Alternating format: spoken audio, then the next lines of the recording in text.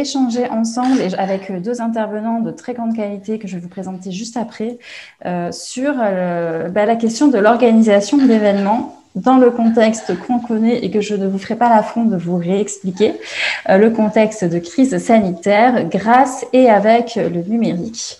L'enjeu principal, et on va avoir le temps d'en échanger longuement, c'est comment on fait pour ne pas, c'est vraiment des discussions qu'on a eues avec les intervenants, comment fait-on pour ne pas stopper notre vie associative à cause des contraintes sanitaires.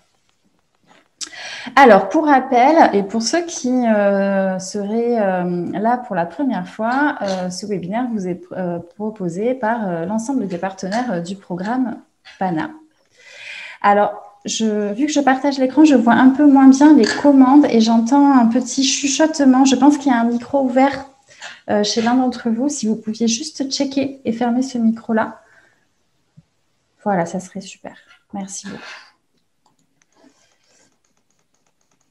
Quelqu'un qui tape au clavier de manière plutôt véhémente. Donc, je vous disais, vous est proposé dans le cadre du programme PANA. Excusez-moi, je m'interromps, mais parce que ce petit bruit de micro me perturbe, donc je vais essayer de regarder chez qui le micro est resté ouvert.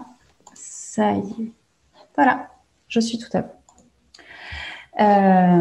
Très bien. Donc, je vous disais, proposé dans le cadre du programme PANA. Rapidement, nous vous accueillons dans une salle numérique, à défaut de pouvoir vous accueillir dans une vraie salle et de vous offrir des chouquettes. Je pense qu'il est possible que vous soyez déjà familier avec Zoom. Si vous ne l'êtes pas, pas de souci. Vous avez 3 choses à savoir. Quand je vous proposais de couper votre micro, c'est sur l'icône avec le petit micro que vous voyez là que vous pouvez cliquer.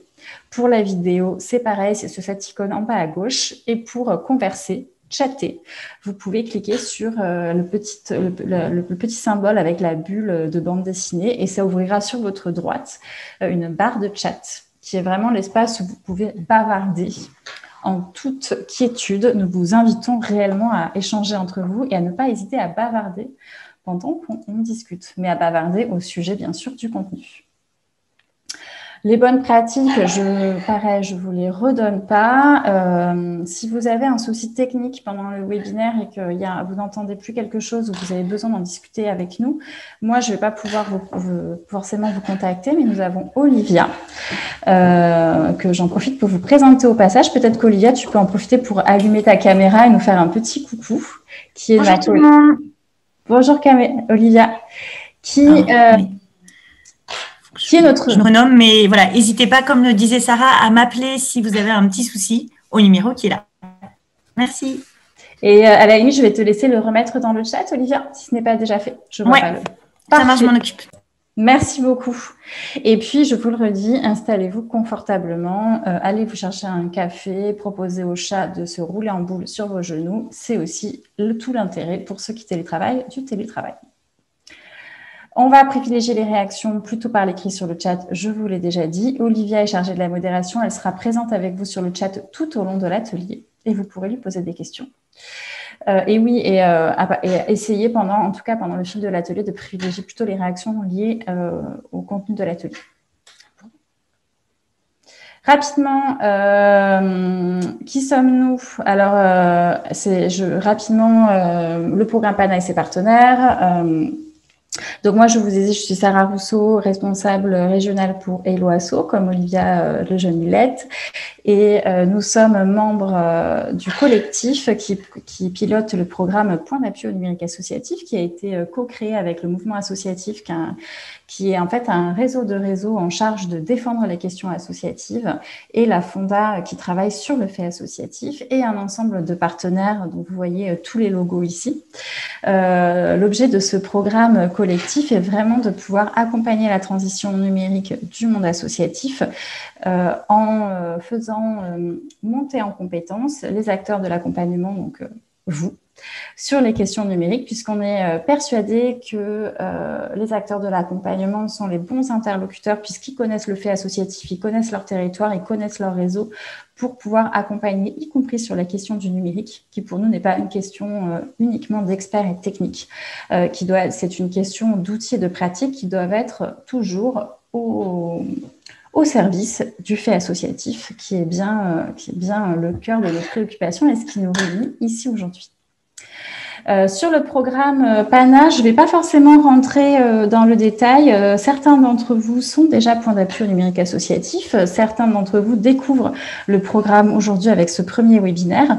Pour ceux qui le découvrent, vous pourrez assister à ce qu'on appelle un accueil collectif qui sera vraiment consacré à la présentation de ce programme-là. Et vous avez dû, si je ne dis pas de bêtises, Olivia, déjà recevoir un mail d'invitation.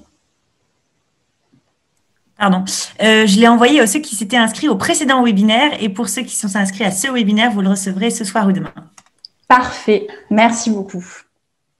Si vous avez des questions brûlantes qui ne peuvent pas attendre, on ne va pas jouer le suspense. Vous pouvez toujours les poser dans le chat. Olivia se fera un plaisir d'y répondre. Et dans ce cadre-là, dans le cadre de ce programme, nous montons des séries de formations et de webinaires. Et aujourd'hui, je vous le disais, nous allons travailler sur la question de l'organisation des événements avec 2 super intervenants.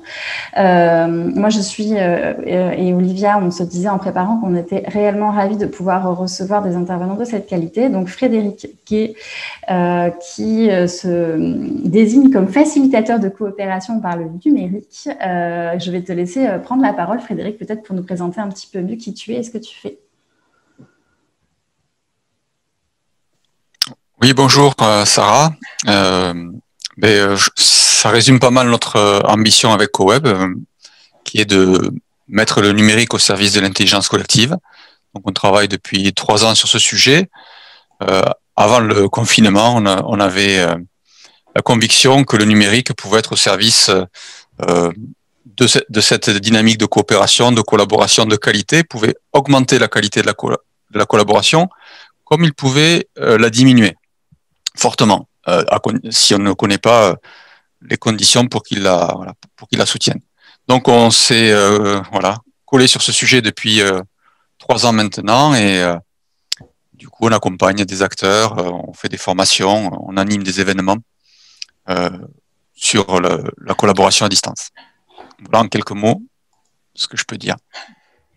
Merci beaucoup Frédéric. Et tu es accompagné de Denis Dalluin, directeur de la Maison des associations de Tourcoing, qu'on est ravis d'avoir ici vraiment au titre de son regard des réseaux associatifs et de leur accompagnement. Denis, pareil, je vais te laisser la parole pour te présenter un peu ta structure.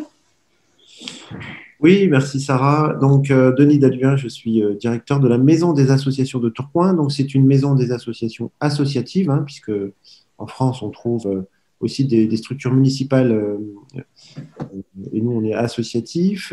C'est une MDA qui a fêté ses 60 ans l'an dernier. Donc, c'est une maison une association qui a déjà une histoire. La MDA de Tourcoing est dans la région de France point d'information à la vie associative. On a un réseau qui s'appelle le réseau des PIVA, les points d'information à la vie associative. Et la MDA anime les points d'information de la vie associative, notamment du département du Nord. Donc ça regroupe des structures d'accompagnement, de soutien, d'information, d'accueil, d'orientation des associations.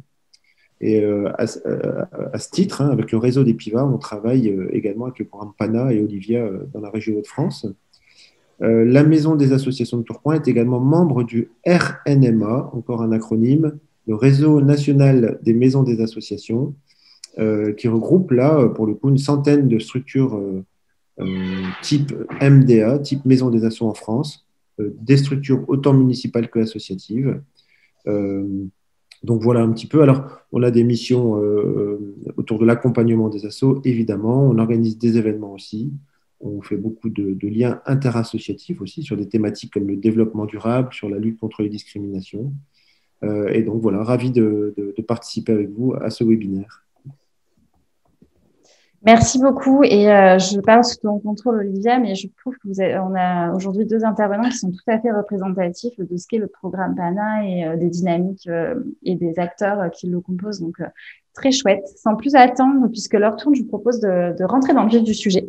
On a préparé ce webinaire en se disant, et pareil, Frédéric et Denis, n'hésitez pas à me reprendre, mais avec la préoccupation de se dire quand on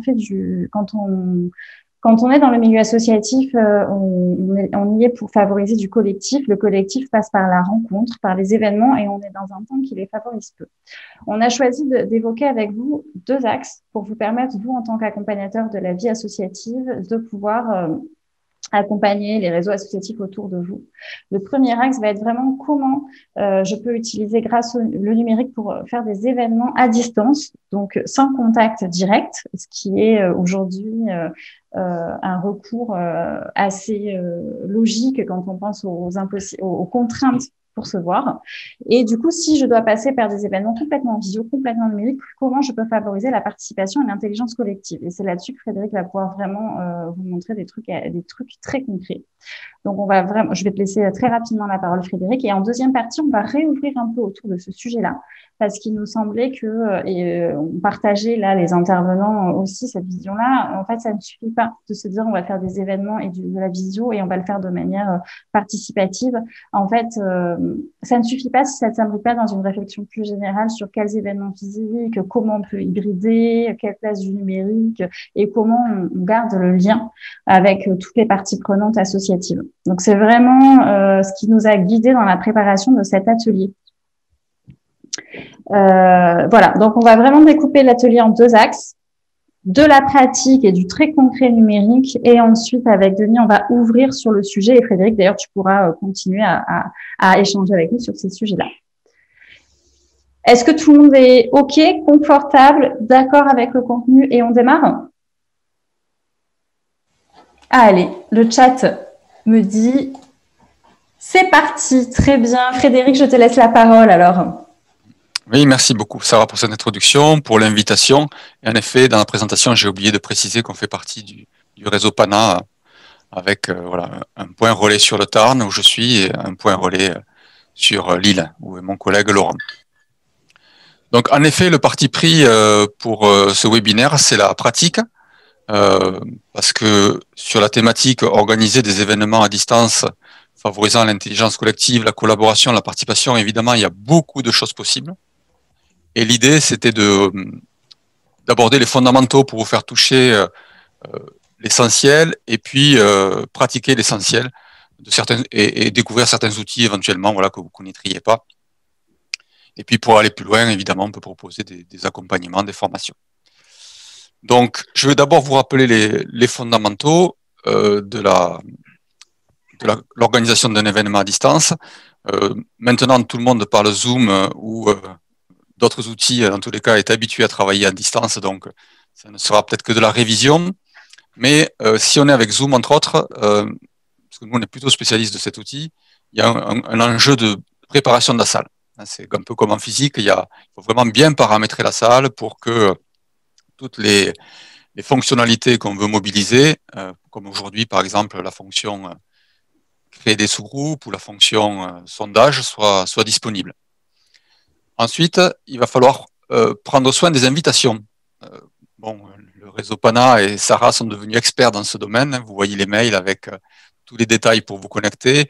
D'ailleurs, voilà, à la fois de par la qualité de l'outil, mais aussi de par cette qualité d'invitation. Aujourd'hui, on est une 60aine de personnes. Il n'y a pas vraiment de problème de connexion, il me semble, ou pas de problème évident. Donc, ça devient assez facile, mais il ne faut pas oublier que avec un public varié qui n'est pas toujours habitué à se connecter ou à découvrir un outil, l'invitation avec tous les détails de comment télécharger l'application si besoin est vraiment un savoir. Enfin, il faut vraiment en prendre soin.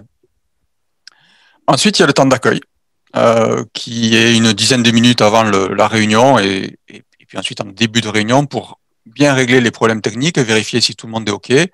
Alors aujourd'hui, ça a l'air de fonctionner dans une très grande fluidité, c'est génial. Et le fait d'avoir une fonction support technique avec un numéro de téléphone, là, c'est le grand luxe. Mais dans tous les cas, d'avoir au moins une personne qui est dans l'animation et une deuxième personne qui est sur plutôt les enjeux de technique, de gestion de salle, c'est aussi un gros avantage pour organiser une réunion ou un événement dans des bonnes conditions. Voilà pour les fondamentaux. Maintenant, je vais passer donc au format à part entière. le métier pour organiser ces formats ou le savoir-faire reste un savoir-faire de facilitation. Et donc, à la base, il y a un savoir-faire pour concevoir des formats qui sont participatifs, qui sont adaptés au public, qui sont adaptés au timing, qui sont adaptés à l'organisation, qui sont adaptés aux priorités. Donc là, il y a un savoir-faire de facilitation et de design, comme on dit, d'événementiel. Donc ça reste le même savoir-faire, mais en plus, on y rajoute une couche qui est la connaissance des outils, qui donne à la fois parfois moins de possibilités, mais parfois qui donne aussi plus de possibilités. Et c'est là un dialogue entre le savoir-faire de facilitation qui permet de concevoir un événement adapté aux besoins de l'organisation et des personnes présentes, et les possibilités des outils qui vont faire choisir voilà, d'avoir des temps plus ou moins longs, des ateliers avec un certain nombre de personnes, d'utiliser des outils assez avancés qui vont permettre beaucoup de choses, ou à l'inverse des outils relativement simples, mais qui vont être facilement accessibles à tout le monde. Voilà, si on travaille évidemment au sein d'une équipe qui connaît et qui utilise assez souvent les mêmes outils, c'est pas du tout pareil qu'un événement grand public où des personnes vont découvrir les outils, où on va privilégier du coup des outils très simples, un peu comme aujourd'hui.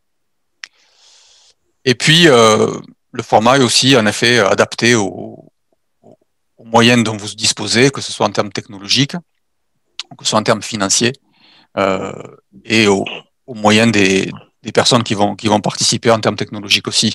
Il faut en tenir compte. Donc voilà pour un peu les grandes lignes du format et des fondamentaux.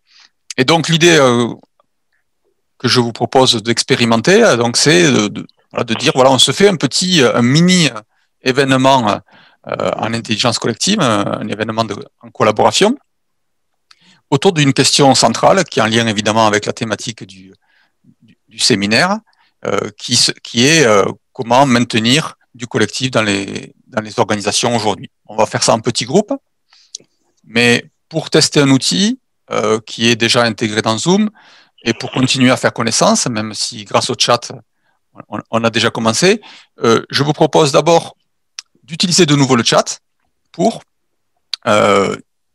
dire de quelle organisation vous êtes et quelle est votre fonction. Voilà. C'est une façon assez simple de voir qui est là. Et il faut le faire quand tout le monde est déjà là parce que le chat ne sera visible qu'aux personnes qui sont connectées en même temps. Si une personne arrive après, elle ne verrait pas ce que vous avez publié. Donc je vous propose pendant 2 minutes de dire voilà, votre organisation et votre fonction dans l'organisation sur le chat. Un petit exercice pour faire connaissance.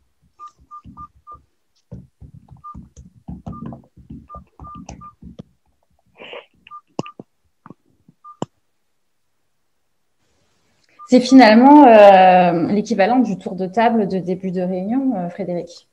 Oui, c'est tout à fait ça. Tout à fait ça. Et quand il y a du monde comme ça, voilà, c'est assez dynamique. C'est difficile de tout lire. Ça donne juste une idée, en gros. Par contre, le chat est accessible dans l'enregistrement de la vidéo, séparément. Donc, ça vous permet après de retrouver facilement qui était là. Et j'ai l'impression, Frédéric, alors moi je suis, ça peut être agaçant mais je suis un peu la team verre à moitié plein. On a peut-être enfin trouvé la solution pour faire des tours de table de début de réunion, quelque chose d'un peu moins, vous savez, le fameux tour de table qui s'éternise là. On l'a tous vécu. Bon, finalement, ça en fait quelque chose de plus dynamique si on doit avoir le verre à moitié plein.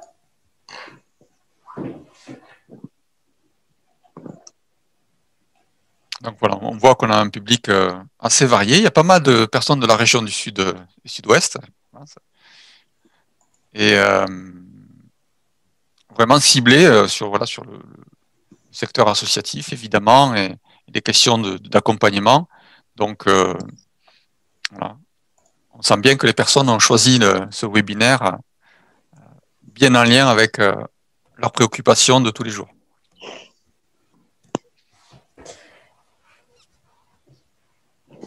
Mais en effet, il y a toujours la question du présentiel et du distanciel. Moi, ma position là-dessus, c'est que chaque format a des avantages et des inconvénients. Et ils sont complémentaires. Donc le présentiel est bien entendu complémentaire au distanciel. Mais cette expérience actuelle là, qui nous oblige à faire plus de distanciel, nous met comme dans une école pour développer des pouvoirs de travail à distance qui vont nous faire acquérir des nouvelles habitudes, de nouvelles pratiques, qui ne vont pas remplacer le présentiel, mais bien le compléter, l'enrichir si possible. En tous les cas, c'est ce qu'on essaye de faire. Donc voilà pour le premier exercice. Voilà, vous pouvez continuer sur le chat éventuellement si vous ne l'avez pas fait, mais voilà, c'était surtout pour l'exercice. Ensuite, un peu plus dur, après le chat, l'outil tableau blanc de Zoom. Donc là, Sarah vous partage une carte de France et on va utiliser l'outil d'annotation avec une étoile, par exemple, pour se situer. Pour ça, il va falloir aller en haut de l'écran, à côté de là où vous voyez marqué écran de Sarah Rousseau, vous voyez actuellement l'écran de Sarah Rousseau, il y a des options d'affichage. Dans ces options d'affichage, vous cliquez et vous mettez annoter. Et dans annoter, vous prenez, évitez le texte si possible parce que ça va prendre un peu trop de place. Vous prenez, mais je vois qu'il y en a qui connaissent déjà bien, la fonction marquage et vous choisissez l'étoile. Voilà. Et puis ensuite, vous la placez à l'endroit où vous êtes. Donc, ça vous montre aussi qu'on peut annoter en mettant son nom, mais vu le nombre qu'on est, si on annote, on ne va pas trop voir grand-chose. Voilà. Désolé, j'ai l'impression. Tu disais, Sarah, qu'il y avait des personnes qui sont sur les dom-toms. Je ne sais pas si c'est le cas, mais bon, désolé, la carte, là, vous pouvez vous mettre complètement dans la mer, peut-être utiliser une flèche dans la fonction annotation. Alors, pour pouvoir, je me permets, Frédéric, mais pour pouvoir mettre la petite étoile, il ne faut pas que vous me repreniez le partage d'écran, mais bien que vous alliez dans Annoter, puisqu'il y a l'un d'entre vous qui essaye plutôt de me demander le contrôle de l'écran, ce que je refuse, c'est moi qui projette. Pas d'offense, hein, ce n'est pas personnel. Est-ce que tu peux vite redire où il faut cliquer pour arriver dans la barre Annoter ? Oui, parce que la personne qui présente, et on en profite pour vous montrer les deux aspects. La personne qui est présente, qui est Sarah, ne voit pas évidemment le même écran que nous et donc ne voit pas cette barre d'annoter de la même façon. Donc cette barre annoter, elle est accessible depuis en haut, apparaît quand on amène la souris, option d'affichage et annoter. Et après, il faut aller dans la barre marquage. Voilà, ça... Et là, vous choisissez voilà, j'ai dit proposer l'étoile, mais évidemment, les cœurs, c'est très mignon. Il y a d'autres possibilités.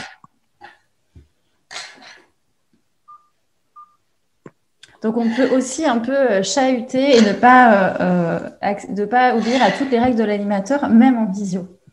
Bien sûr. Voilà. Bon, on ne contrôle pas tout, même en visio, on ne contrôle pas tout. Et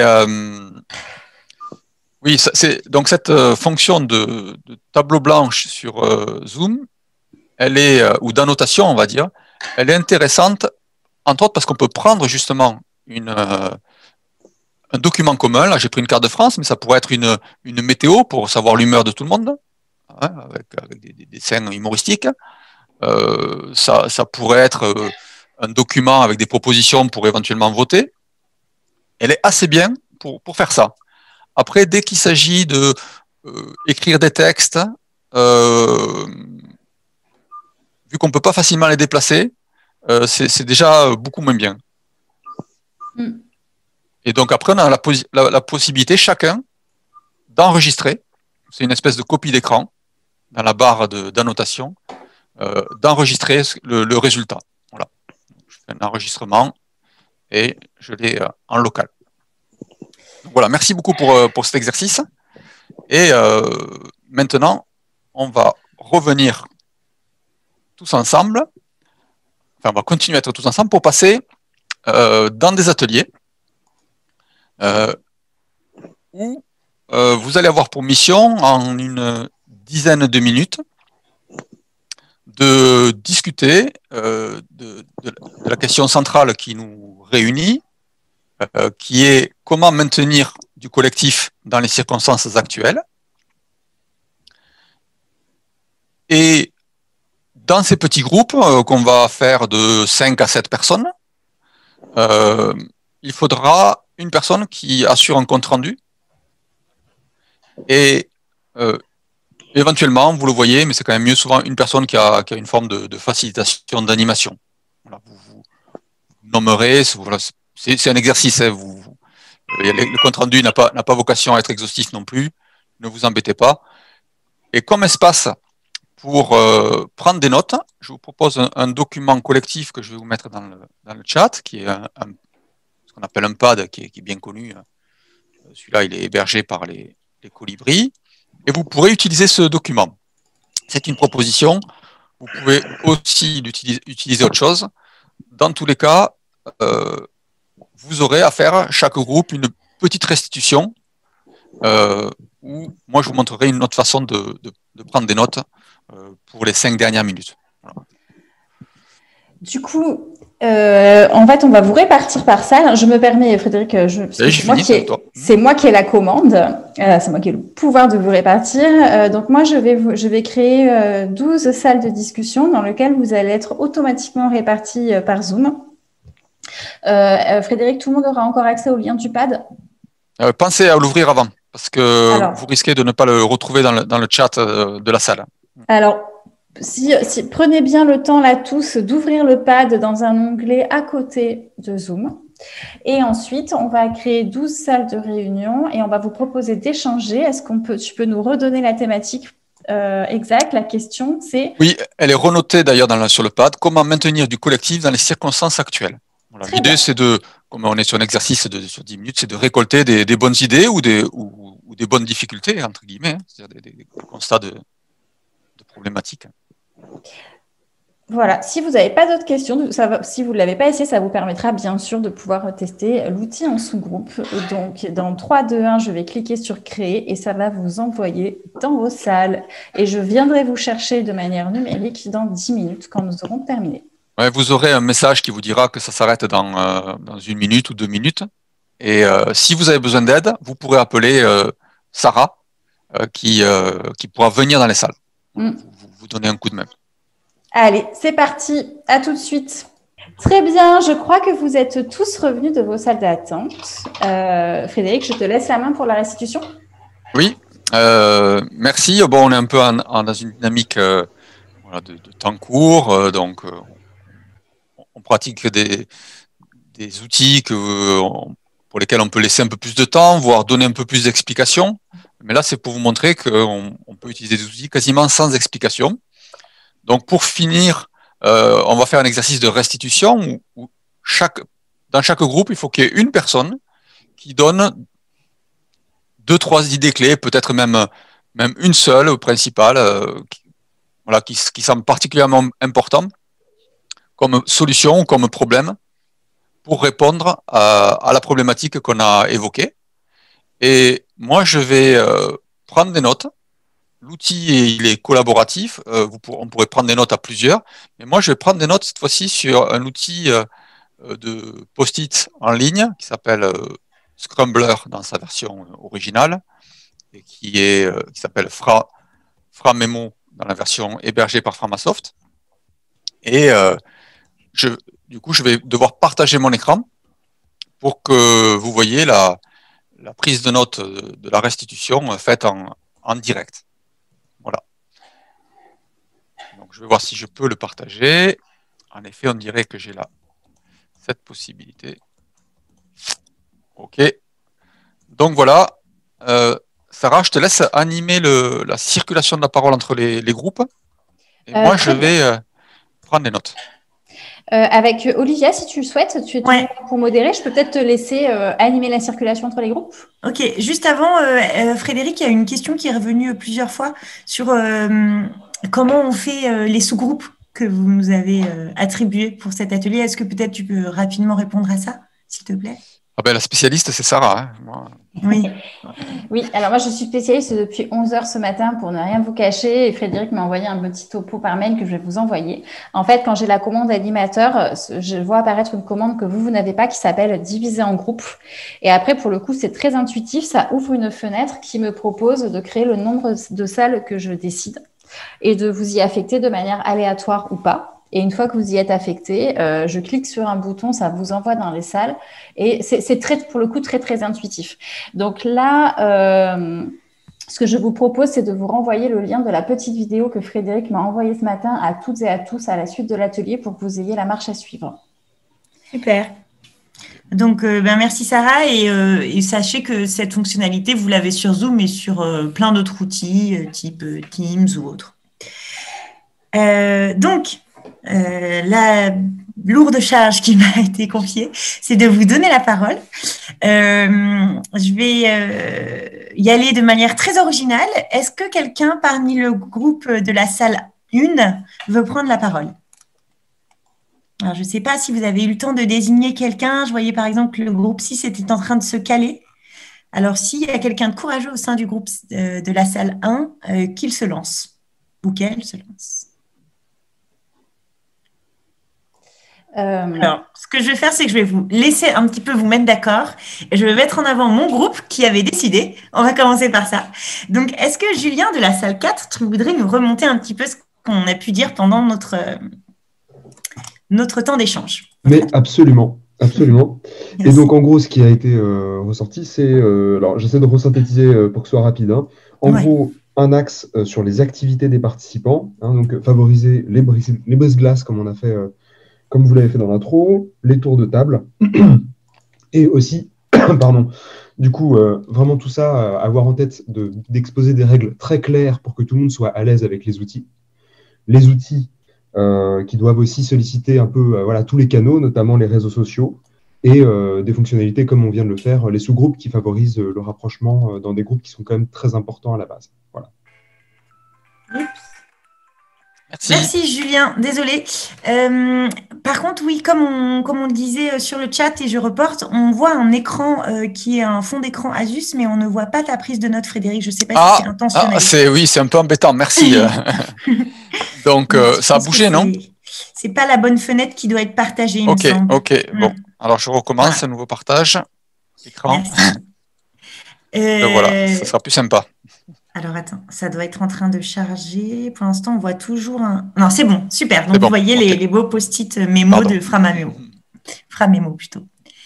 Merci, Julien. Frédéric, j'enchaîne? Oui. Ouais. Est-ce que donc quelqu'un du groupe 5, si on part du 4, du groupe 5 peut prendre la parole pour remonter ce qui a été dit? Oui. Ouais, super, je vais merci. pouvoir faire le compte-rendu de la salle 5. Gaëlle, merci Gaëlle. Alors, on a mis plusieurs points. On a mis se former aux outils numériques et s'équiper.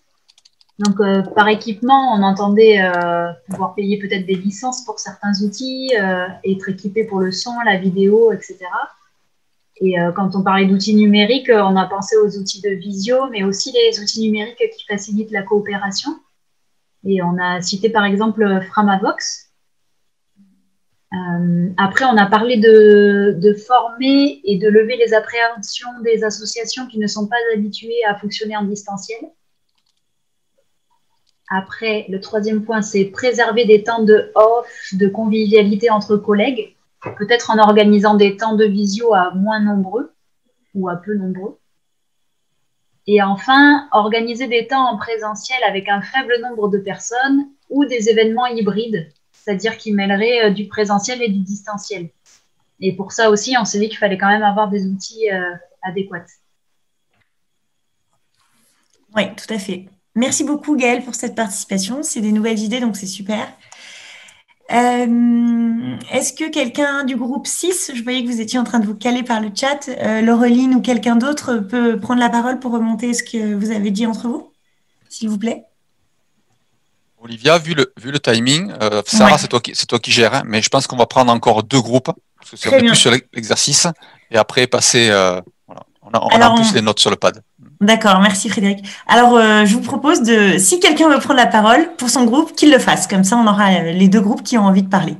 Excusez-moi, voilà. pardon, je viens d'avoir Denis. On se disait qu'on vous laisserait bien encore 10 minutes parce qu'on trouve que c'est hyper chouette ce qui est en train de se passer. Donc, on vous laisse encore 10 minutes pour compléter le Framémo. Donc, autant de groupes que possible. C'est la joie du direct. Tout à fait. Allez, c'est parti. Donc, la personne qui était en train de prendre la parole à l'instant en même temps que Sarah, allez-y, je crois que c'était une voix féminine. C'était le groupe 6, c'est Laureline. J'ai pas eu de réponse du coup à ma sollicitation, donc j'y vais comme j'ai pris les notes. C'est gentil, merci à toi. Du coup, on a pas mal échangé dans un premier temps sur les outils, en citant des versions libres et ou payantes, et en se disant que le plus important, c'est surtout que ça convienne aux équipes et de former les équipes à cet outil-là. On parlait aussi de l'importance de garder de la convivialité, pardon. On parlait de la convivialité, notamment de pouvoir créer des moments d'échange comme là en ce moment, de pouvoir aussi avoir des choses un peu plus rigolotes comme des quiz, parler d'éventuellement tout à la fin, juste avant qu'on soit coupé, d'escape game en ligne. C'est intéressant d'avoir un peu plus d'infos de la part de la personne qui a commencé à en parler. Et également des outils qui est autour de la visio, les Framateam, notamment, on a parlé de ça. Et on a parlé des gros freins, par contre, c'était la connexion Internet des participants. Et des participants aussi, de parler des outils de visio qui permettaient de pouvoir être rejoints par téléphone. Pour permettre au maximum de monde d'être présent.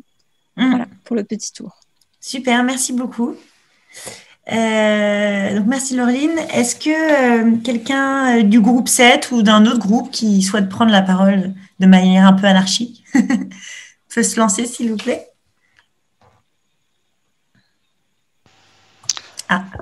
François. Voilà, la salle numéro 11.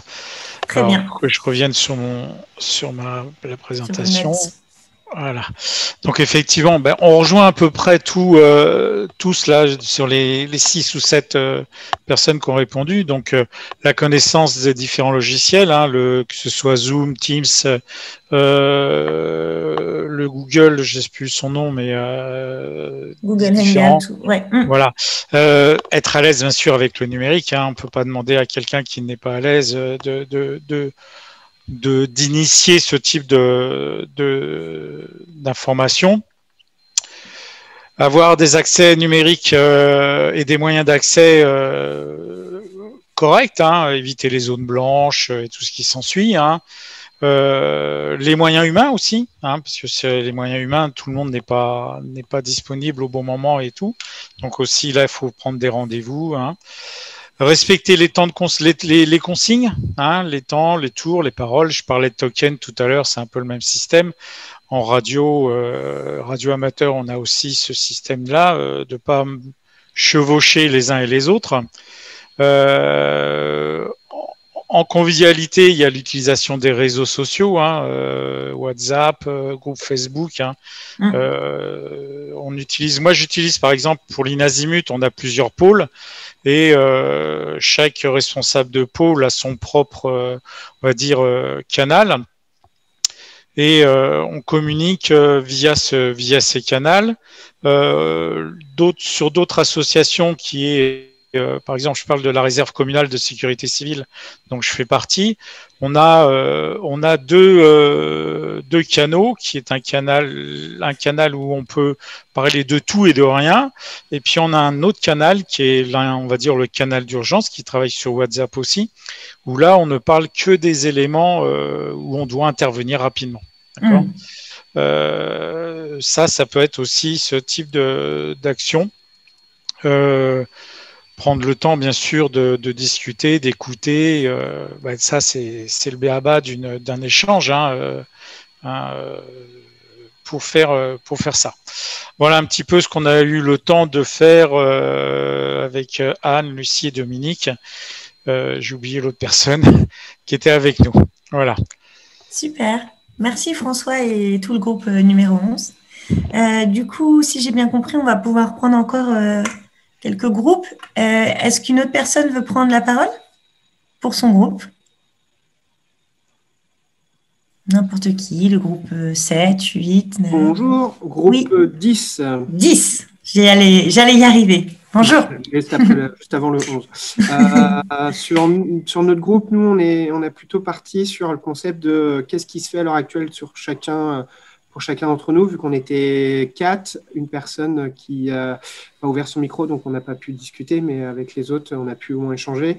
Et de là, on est venu à se donner un peu tout ce qu'on faisait les uns les autres, vu qu'on agissait différemment, mais surtout, on a mis en exergue un point commun ou un point qui nous semblait primordial avant de mettre quoi que ce soit comme moment de convivialité, c'était de définir une stratégie de communication et l'adapter au public avec lequel on bosse. C'est-à-dire que l'outil, c'est magnifique, mais avant de mettre un outil, il faut savoir à qui on s'adresse et comment on veut y aller et pourquoi.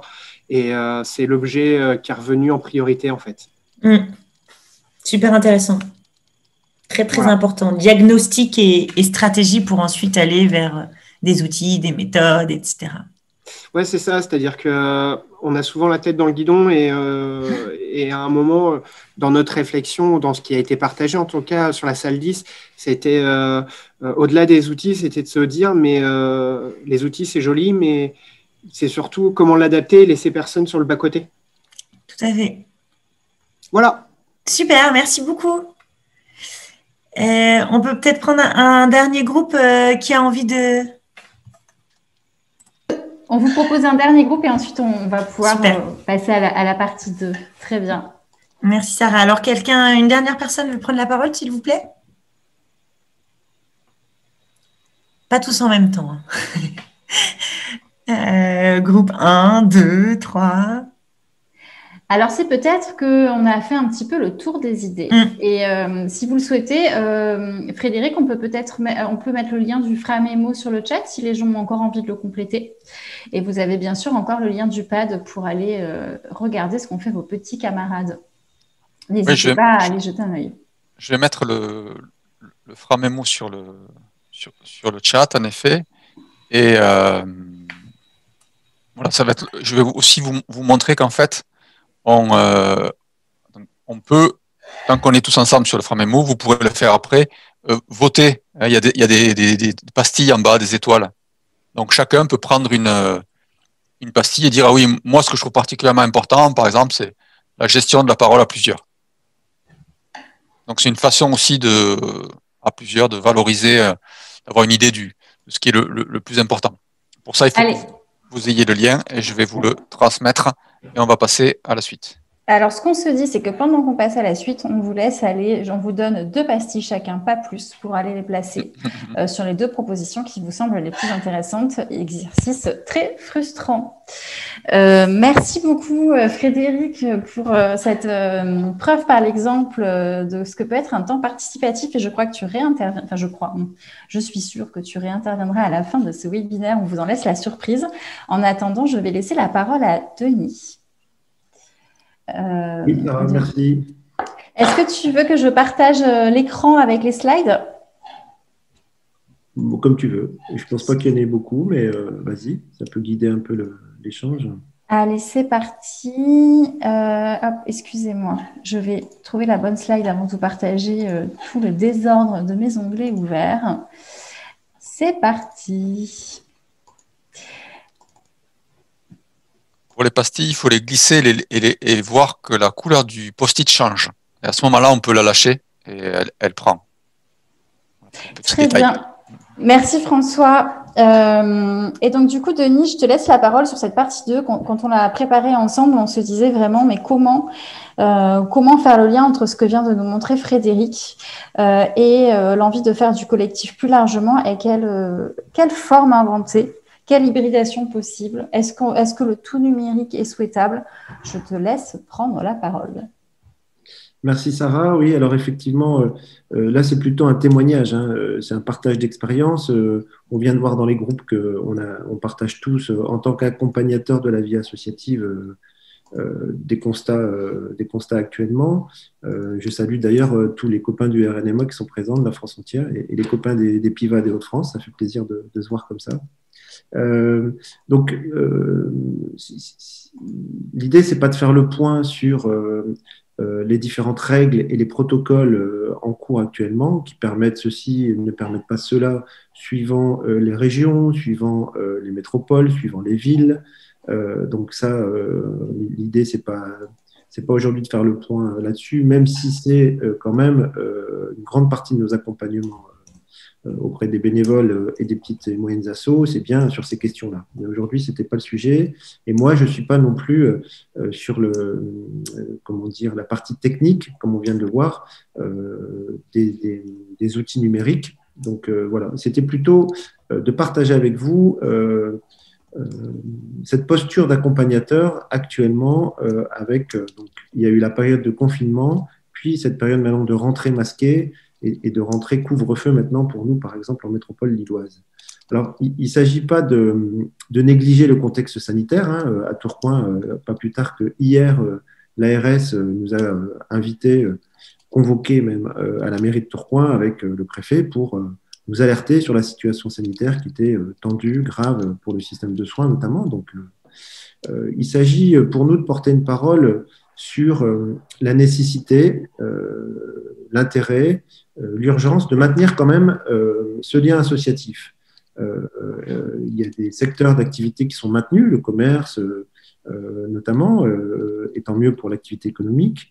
Nous, on revendique que le lien social et la richesse que crée le monde associatif doit également être maintenu, et ça passe par justement le maintien de cette vie associative. Alors, on l'a vu pendant le confinement, les outils numériques, on s'y est tous soit mis, en tout cas, on a adapté nos outils numériques et on a développé notre agilité avec ces outils. On le voit encore aujourd'hui, hein, ça y est, c'est des choses qui sont quand même maîtrisées. On redécouvre des choses aujourd'hui, donc ça, c'est super.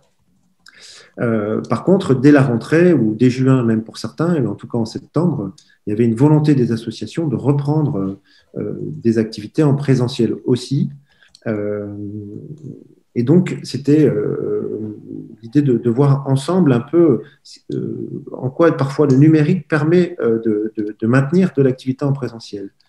Donc, c'était des témoignages sur des événements que j'ai vécus soit ici à l'AMDA de Tourcoing, dans le cadre de mon métier d'accompagnateur, soit en tant que bénévole dans des associations où je suis aussi investi. On a eu la chance, nous, de pouvoir faire un forum des associations en présentiel mi-septembre. On est passé tout juste. Le numérique nous a permis, alors c'est un forum qui habituellement rassemble, c'est dans un grand complexe sportif avec 6000 personnes. Là, il y avait 2000 personnes, on comptait le nombre de personnes qui entraient et sortaient. Voilà, les protocoles étaient respectés. On a monté cette année une régie vidéo pendant le forum pour que, à chaque endroit du forum, les personnes puissent voir de l'endroit où elles étaient, hein, les bénévoles qui tiennent des stands, pouvaient voir ce qui se passait sur les espaces de démonstration. Habituellement, on invite le public à aller voir l'espace de démonstration. Et bien là, le contexte nous a permis de trouver une agilité qu'on va refaire du coup les années prochaines, sans doute. C'est que ce système de régie vidéo, d'écran, de caméra a permis de rendre le forum très vivant, interactif encore plus, puisque entre les différents espaces du forum des associations, il y avait possibilité de voir ce qui se passait ailleurs, de diffuser des messages des associations qui cherchaient des bénévoles, par exemple. On a utilisé toute cette régie vidéo sur plusieurs aspects.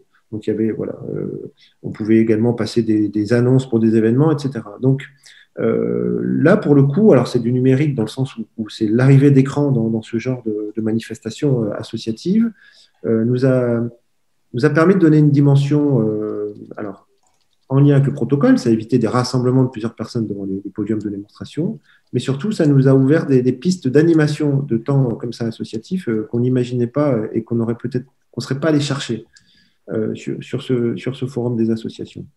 Notre assemblée générale, on a pu la maintenir en présentiel aussi, puisqu'on a fait le choix de la faire en extérieur. Là aussi, c'était un pari sur la météo, puisqu'on habite dans le Nord, mais on a pu la faire en extérieur.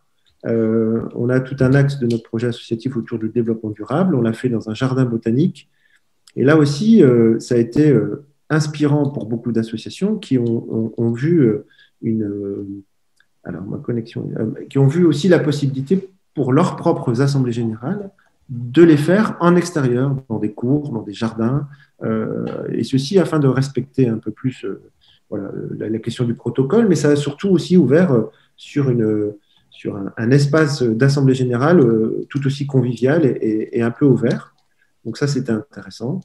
J'ai assisté aussi à pas mal d'assemblées générales en présentiel où les bénévoles avaient fait le choix de filmer en direct, en plus de l'AG qui se déroulait en présentiel, de filmer, de diffuser, par exemple, sur Facebook leur AG, ce qui permet une audience plus large que d'habitude. C'est-à-dire que pour une asso qui a habituellement à 100 personnes à son AG, actuellement, la jauge, elle était par exemple à 30, mais suivez en visio, non pas les 70 personnes absentes, mais plus.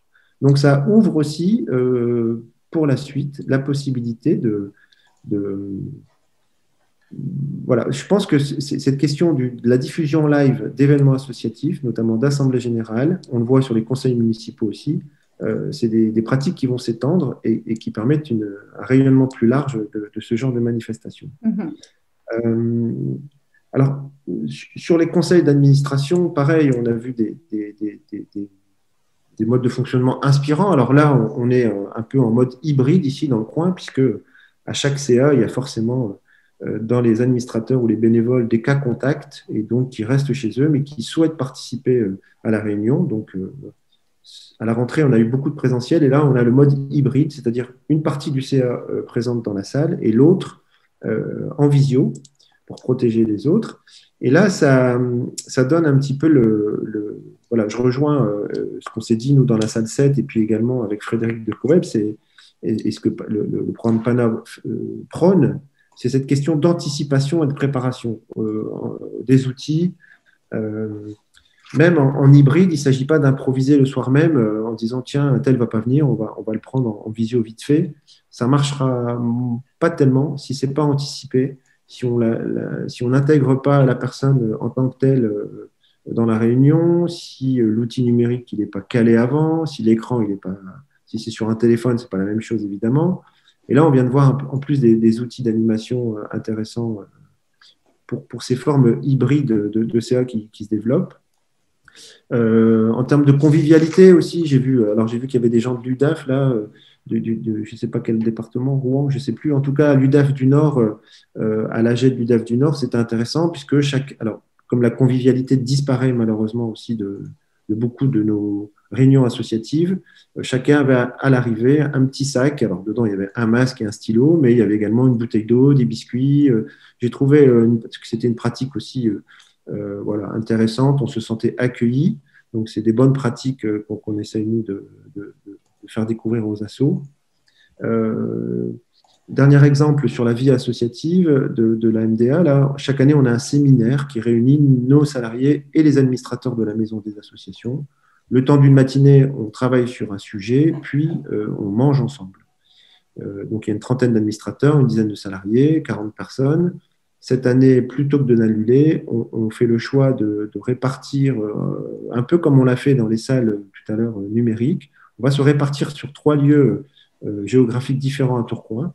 On va travailler sur le même sujet, synchronisé. Il y aura des temps de restitution visio entre les 3 groupes. Et chaque groupe mangera dans un resto différent en respectant les règles sanitaires de la restauration actuellement. Donc, ce qu'on se disait avec Sarah tout à l'heure, c'était, en tant qu'accompagnateur de la vie associative, éviter, en respectant évidemment les protocoles, mais éviter on annule tout et on aide les assos à faire un pas de côté, plutôt que de dire j'annule mon AG puisque je n'aurai pas la salle qu'on prend habituellement cette année. C'est aider l'asso à réfléchir à d'autres endroits, à d'autres modes d'organisation, afin de maintenir cette vie associative. Puisque le monde associatif souffre beaucoup, hein, on l'a partagé aussi dans notre salle.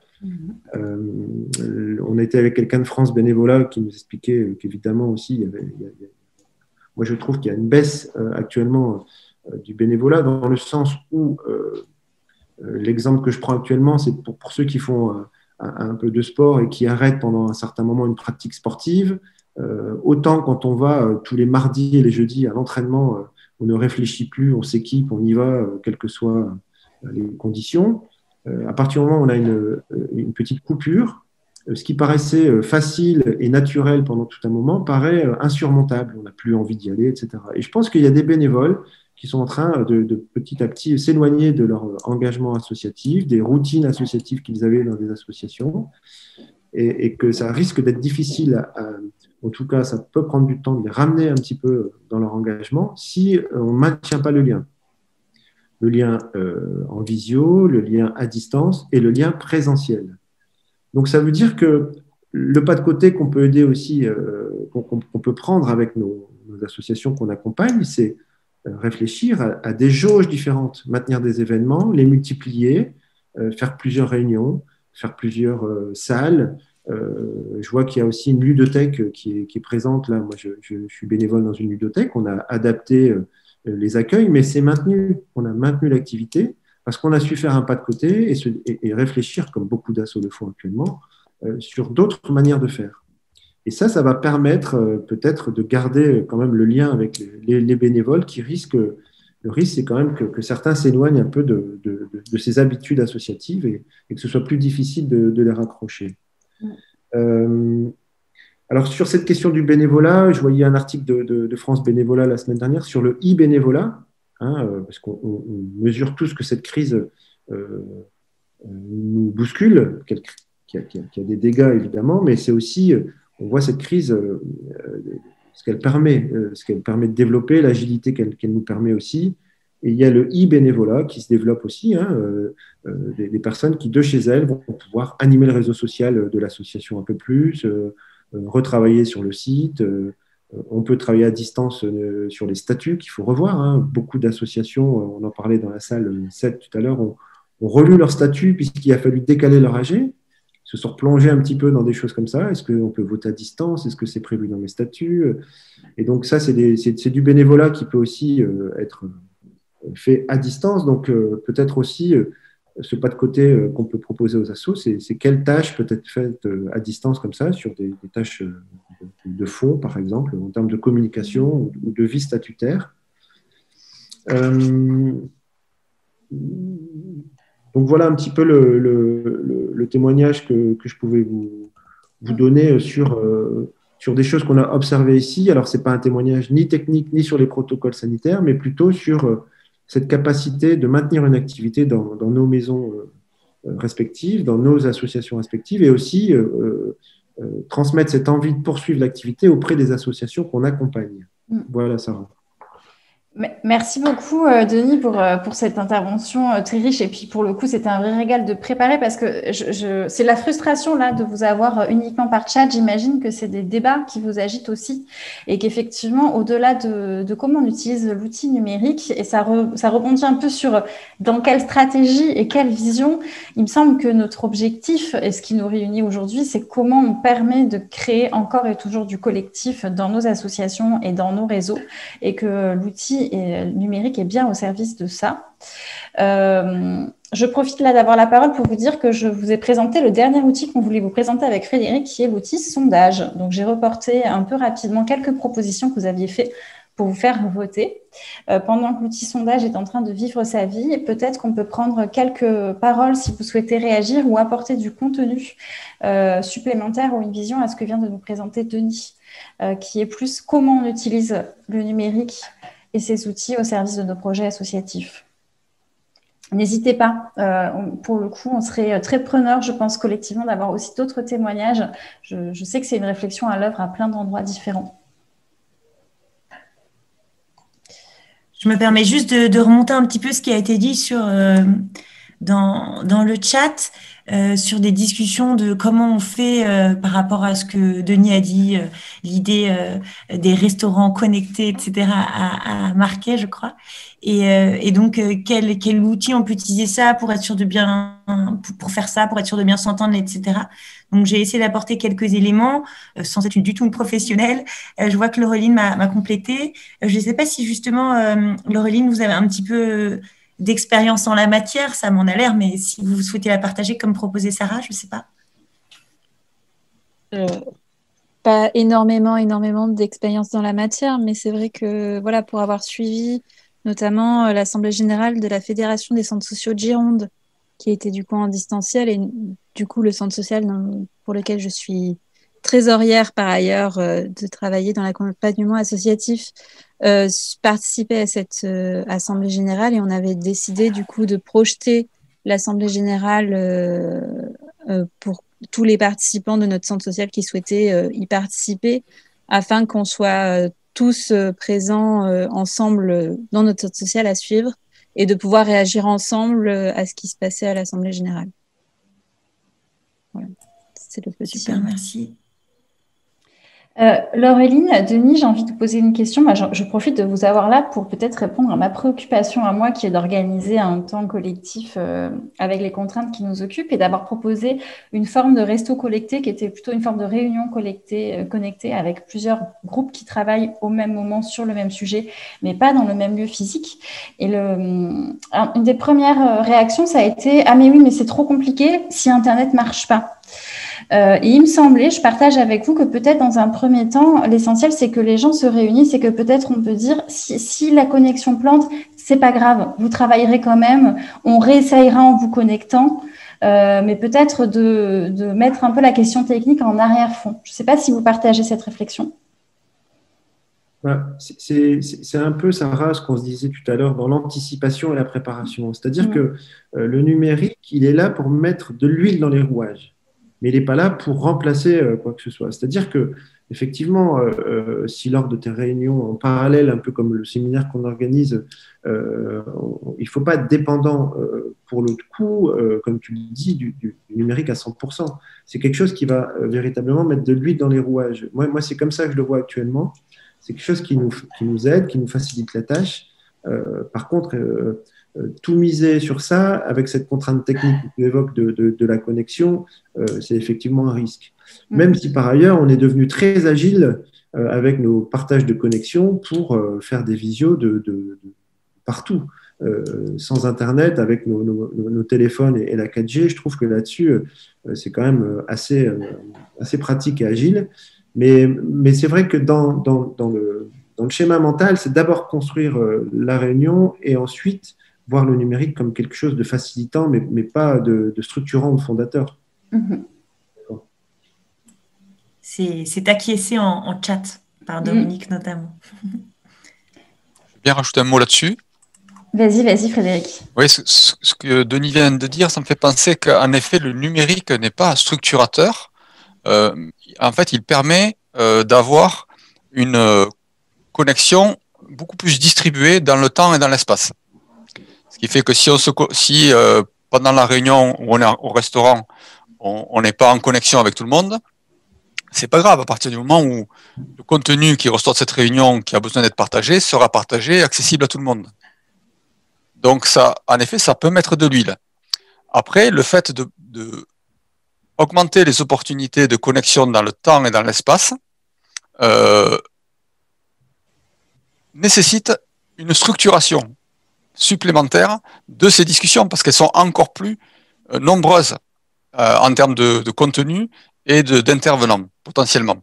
Donc, comme tous les événements où on est plusieurs à travailler ensemble, comme toute organisation, peut-être encore plus, le numérique rajoute une couche de demande, de clarification, de structuration, de pourquoi on est là, comment on va s'organiser, qui parle de quoi, et voilà, tout ce à quoi m'a fait penser le propos de Denis. Et pour le coup, je parle un peu sous le contrôle de Lydia, mais finalement, sur le programme PANA, qui est un programme qui parle de transition numérique, on revient toujours à la question de la gestion de projets collectifs et coopératifs. Et in fine, souvent le numérique, parce qu'il paraît un peu complexe, oblige, et c'est tant mieux, à se reposer la question de comment on travaille ensemble. Donc, ça peut être la vertu aussi de cette école. J'aime bien ton image, Frédéric, de la situation nous a tous plongés à l'école de comment travailler à distance, et on est en train d'apprendre collectivement. Ça peut être la vertu de ce qu'on est en train de vivre. Verre à moitié plein, toujours, de mon côté. Est-ce que vous avez, il est 15h25, est-ce que vous avez, on est en train d'arriver vers la fin de cet atelier collectif. Est-ce que vous avez, en tant que participant, en tant qu'intervenant, quelque chose à ajouter à ce propos qui était déjà très riche? Sarah, j'ai omis dans les exemples à citer, d'en citer un que je fais un peu comme ça vite fait aussi, c'est les maisons des associations prêtent des salles aux associations pour se réunir le soir, le week-end, pour des réunions statutaires, des événements. On a une nouvelle salle à la MDA, mais c'est une salle qu'on met à disposition et c'est une salle numérique. On a pris un abonnement, voilà. Et donc, les assos peuvent louer cette salle, la réserver, l'utiliser. Et donc, il y a tout un accompagnement, évidemment, mais c'est un peu le même principe que dans l'accueil physique qu'on permet ici. C'est une salle de la MDA qui est mise à disposition, qui est réservée pour des réunions. Donc, voilà, c'est aussi encore une fois, ça ne remplace pas nos salles ici, c'est un plus. Hein, voilà. Je pense qu'il y a beaucoup d'événements maintenant ou de pratiques où ce plus du numérique va être présent de manière plus comment dire, naturelle. On filmera plus facilement nos AG, on les diffusera plus facilement sur Facebook, on mettra peut-être plus d'écran dans des événements pour créer un peu de co-animation. On aura des salles numériques à disposition des associations. Voilà en termes d'usage, ce qu'a fait évoluer cette période. Tout en gardant nos accompagnements présentiels, nos réunions présentielles, nos accueils en présentiel, etc. Denis, il y a juste une petite question dans le chat. Qu'y a-t-il exactement dans la salle numérique dont tu parles? Qu'est-ce qu'il y a? J'imagine des ordres. En fait, c'est un abonnement qu'on paye. Alors là, on est sur Zoom aujourd'hui. Là, nous, c'est GoToMeeting. C'est un abonnement annuel qu'on paie et qui nous permet de créer des salles. Et donc, plutôt que de donner les clés de la salle à l'asso, on donne le lien. Et donc, ils partagent avec les participants. Et ensuite, voilà, ça évite aux assos de payer un abonnement pour ce qui est payant. On sait que c'est un outil, nous, qu'on a beaucoup utilisé, qui est fiable, qui est facile d'accès, facilement utilisable. Et donc, on a fait ce choix maintenant de le donner à nos adhérents. Une mutualisation d'outils et de salles virtuelles, très bonne, c'est une pratique très intéressante. Et du coup, je trouve que la question « qu'y a-t-il dedans ?» est très poétique. On peut imaginer tout ce qu'on veut dans une salle virtuelle. Je me permets juste, avant que tu conclues, Sarah, je vous remets dans le chat ce dont Sarah a parlé au début, le lien pour vous inscrire à l'accueil collectif PANA qui aura lieu jeudi prochain. Pour ceux qui sont déjà PANA ou qui ont connaissance du programme et qui le suivent comme ça leur convient, c'est très bien. Mais pour ceux qui aimeraient avoir plus d'informations, mieux découvrir ce que ça comporte, qu'est-ce que ça peut leur apporter et les aider en particulier en cette situation, n'hésitez pas à vous inscrire, à nous rejoindre. C'est ouvert et vous êtes bien sûr les bienvenus. Merci beaucoup. Merci Olivia. Eh bien oui, effectivement, il est 15h28. Je ne vais pas tarder à vous laisser vaquer au reste de vos occupations de l'après-midi.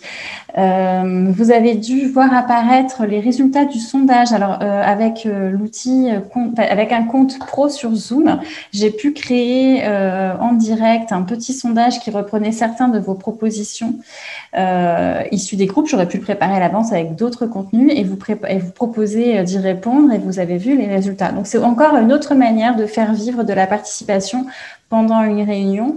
Vous pouvez choisir de faire ça ou de faire les pastilles sur les post-it comme Frédéric vous l'a proposé.